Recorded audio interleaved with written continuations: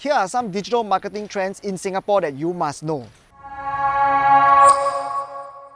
Number 1, live stream is rising in Singapore. So live stream, right, is like, usually at 8 or 9 p.m. you see people going live, and usually they demonstrate products or services, how it looks like, how it works, and how, if it's a fashion piece of clothing, right, I wear, how does it look like on me, right? So they want to demonstrate the product. So live stream is one of the main trends. Number 2, chatbots are rising, right? So whenever you see a business, you want to talk to them, right? You want to message them immediately. And usually what do you ask them? What are your opening hours? Do you have this product that's on sale? And what do you expect? You expect a reply almost immediately. So how can they give you a reply immediately, right? They have some kind of a software called a chatbot. So if they say, what are your opening hours? That's a very common question, right? So immediately they will tell you, oh, we are open 9 to 5 p.m. So that's a very popular trend. So you must have a chatbot on your Facebook page. Here's an interesting one. Micro-influencers are rising. What are micro-influencers? Okay, usually when you think of an influencer, you think they have 2 million, 3 million followers, right? But what about those guys who have a following, but maybe only 1,000 to 99,000 followers, right? Like that's quite small.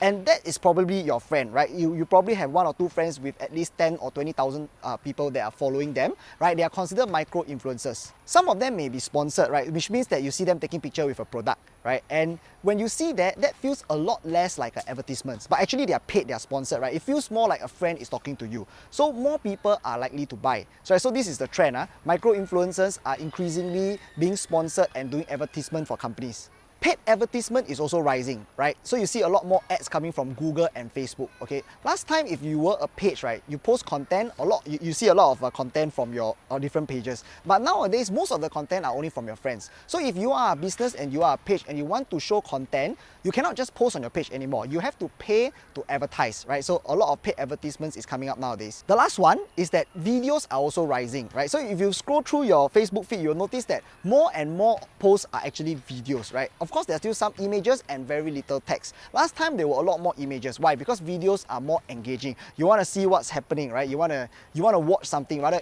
instead of static images. So I think this is a trend, right? To something to do with the mobile data. Last time, mobile data was expensive. You don't want to watch a video. The phones are slow, right? But in the last 2 or 3 years, mobile data has been becoming very, very cheap, and phones are getting faster and faster. So people want to watch video already. And what's the next step? That will be like AR or VR, right? But we'll still be in video for a while. So make sure that if you are a business, you are producing videos all the time, because people want to watch videos and not images. Right, so that's all for today. Right, so I hope that these digital marketing trends that are happening in Singapore will help you to create your content better to suit your audiences. Good luck.